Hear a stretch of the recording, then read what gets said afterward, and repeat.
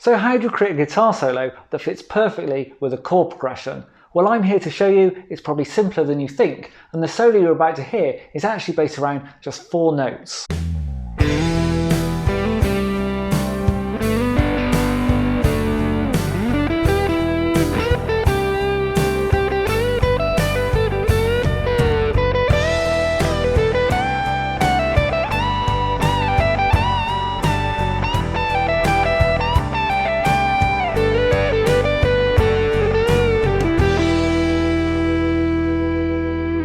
Step 1 to create a solo like this is to find a target note that we can play over each chord. So finding target notes for each chord can actually be really simple. And in the track we're playing over, I've got 4 chords: E minor, C, G and D.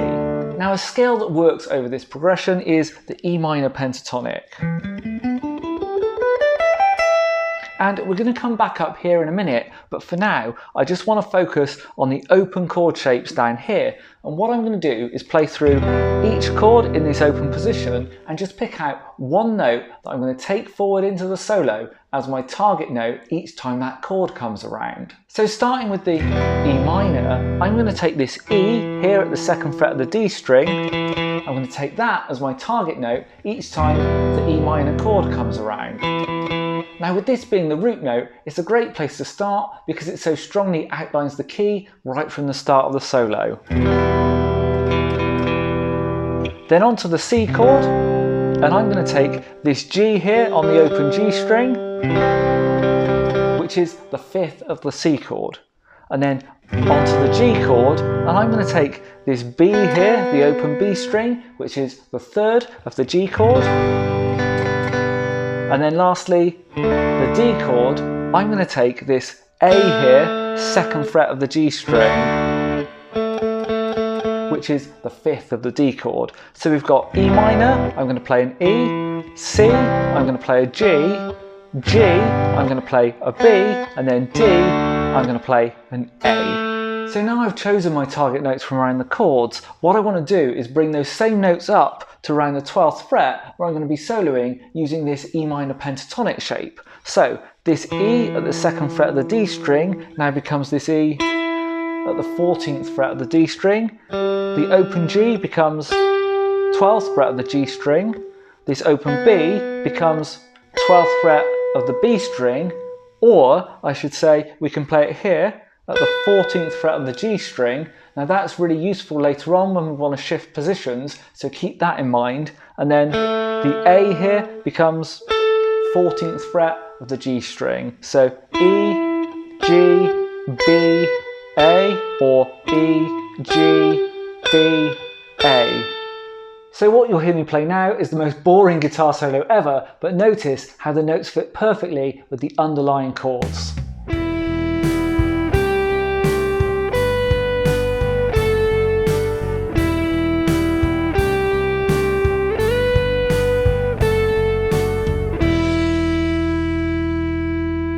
Now for step 2, we need to start building this out into a solo by adding some passing notes.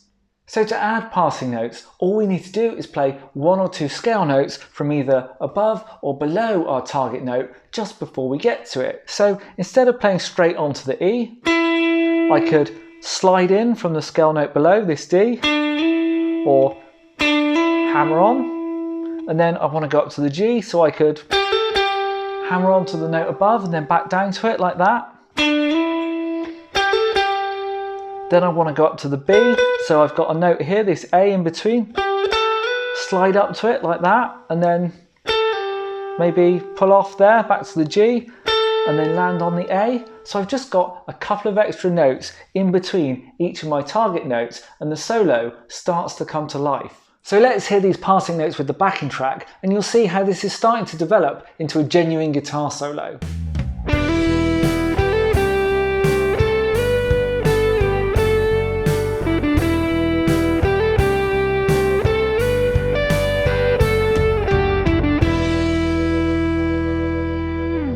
For step 3, let's build out the complexity with some delayed resolutions and some string bends.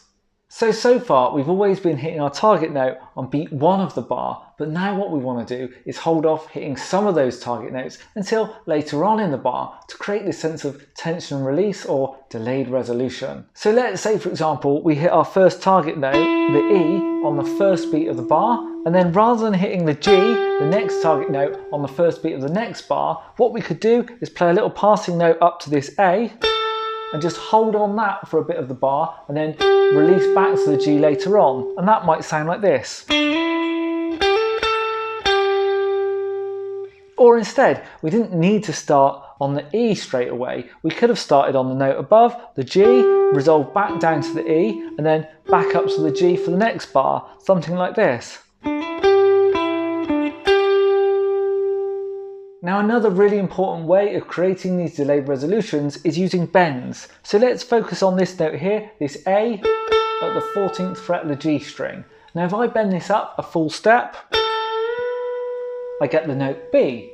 So now instead of playing the B directly here at the 16th fret, I can play this A and bend up to it. So for example, when I get to the G chord and I'm aiming at the B as my target note, I could go for this A and then pull up to the B when I'm ready to resolve up to it. And similarly, when I get to the D chord and now this A becomes my target note, I could go up to the B note and then resolve back down to the A when I'm ready to create a delayed resolution. So let's go back to the track, and on the first time round I'll delay the resolution on the 2nd and 4th chords, the C and the D, and then on the next time round I'll play a delayed resolution on the 1st and 3rd chords, the E minor and the G.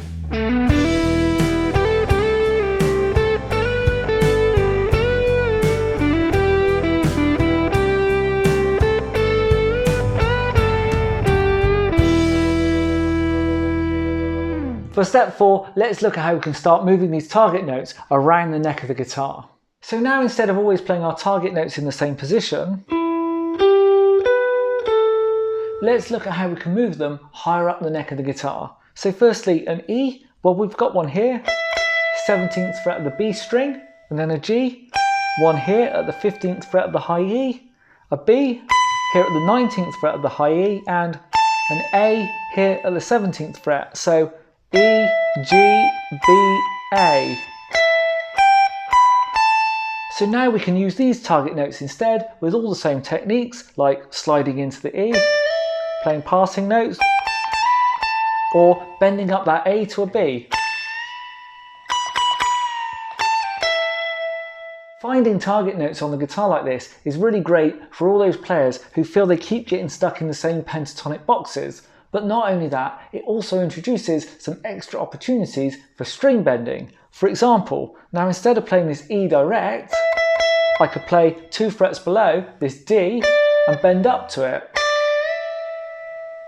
Or this G at the 15th fret of the high E, I could play the scale note, the F sharp below, and bend up a little half bend to it. So I'd have E,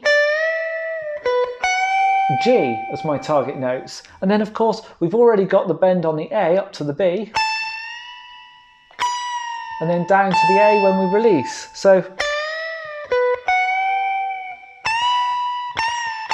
could play my target notes like that instead. So let's hear this with the track. First time around I'll play the notes directly, and then the second time around I'll incorporate the bends.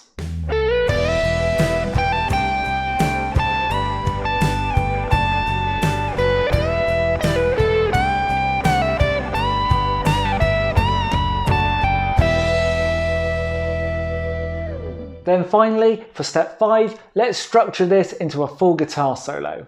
For the final solo, I'm going to use a well-known technique where I start low, move to the middle of the guitar, and then right up to the top of the guitar, which builds and builds the energy, and then come back down to the middle just to release off at the end.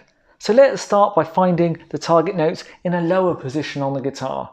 So I'm going to start here with this E at the 7th fret of the A string, and then the G will be here, 5th fret of the D string, the B will be 9th fret of the D string, and the A at 7th fret of the D string. So these notes, E, G, B, A, They'll be my target notes for the first part of the solo. Then as I move up to the middle, you'll hear quite a lot of bending of this A at the 14th fret of the G string, up to a B. And I'll blend that into some classic rock licks. Also using some double stops with this 15th fret of the B string, this D note here works great with it. And then I'll use the bends we just looked at a moment ago, so from the D to E, here at the 15th fret of the B string, and then 14th fret of the high E, bend up a half step to the G, and then climax with some bends on this high A here up to the B on the top E string. And then all the way back down to ending here at our target note of E here at the 14th fret of the D string. So here's the final solo. I'll put the tab up with the target notes highlighted in yellow so you can see where I'm hitting them over each chord and appreciate that really this whole thing is just based around those simple 4 notes.